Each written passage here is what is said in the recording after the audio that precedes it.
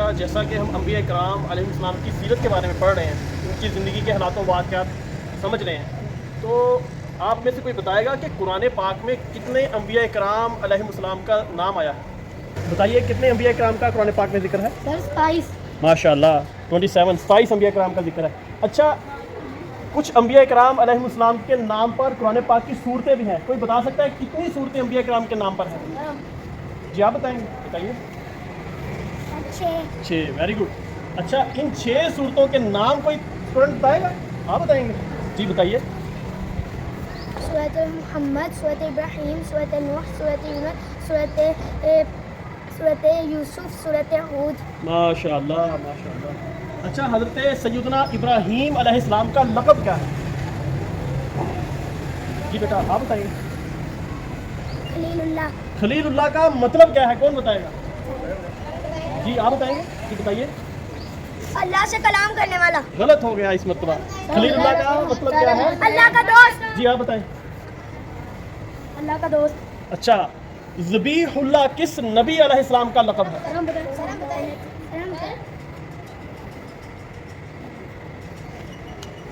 جی بیٹا آپ بتائیں۔ ماشاء اللہ، حضرت اسماعیل علیہ السلام۔ حضرت سیدنا موسیٰ علیہ السلام کا لقب کیا ہے؟ جی حماد آپ بتائیے۔ کیا؟ کلیم اللہ۔ اور کلیم اللہ کا مطلب کیا ہے، کوئی بتائے گا؟ جی سجاد آپ بتائیے۔ اللہ سے کلام کرنے والا، اللہ سے گفتگو کرنے والا، ویری گڈ۔ روح اللہ کس نبی علیہ السلام کا لقب ہے؟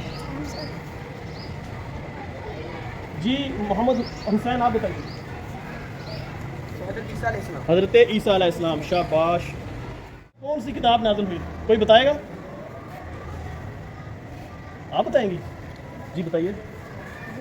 زبور، ماشاء اللہ۔ اور توریت کس نبی علیہ السلام پر نازل ہوئی؟ جی آپ بتائیں گی، توریت کس پر نازل ہوئی، آپ بتائیے۔ ماشاء اللہ۔ اور یہ بتائیے کہ حضرت عیسیٰ علیہ السلام پر کون سی کتاب نازل ہوئی؟ جی آپ بتائیے۔ ماشاء اللہ۔ اور سب سے آخری کتاب کس پر نازل ہوئی؟ یہ تو سارے ہی بتائیں گے۔ سب سے آخری نبی کون ہے؟ سب انبیاء کے سردار کون ہیں؟ ماشاء اللہ ماشاء اللہ۔